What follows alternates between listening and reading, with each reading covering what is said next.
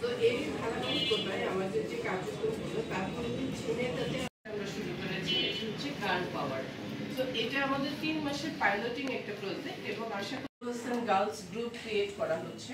আমরা অলরেডি 3টা স্কুলে এই গার্লস গ্রুপগুলো ক্রিয়েট, এইগুলো আবার তারা পরবর্তীতে তাদের যারা সহপাঠী আছে তাদের সাথে শেয়ার করবেন, তারা আসলে কাজ করবে।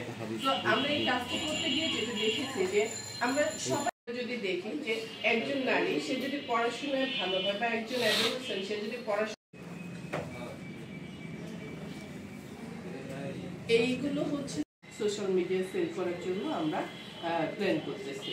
তো সবগুলো যদি আমরা একসাথে তৈরি করব এবং ঢাকায় আমাদের একটা শোরুমের জন্য আমরা চেষ্টা করতেছি, অবস্থায় থাকে সেগুলোকে আমরা হচ্ছে তাদের কাছ থেকে ক্ষুণ্ণ হয়।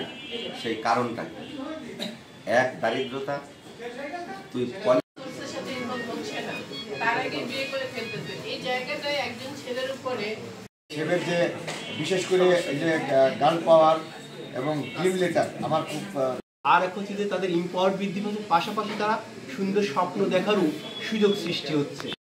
আপনি 5টা করে তৈরি করে দিবেন আমাদেরকে, কেউ হয়তো একটা সুন্দর সেলাইয়ের জিনিসগুলো করা যায় সেই জিনিসগুলোর উপরে ফোকাস করা। আর একটা বিষয়টা আমার আসলেই ভালো লেগেছে,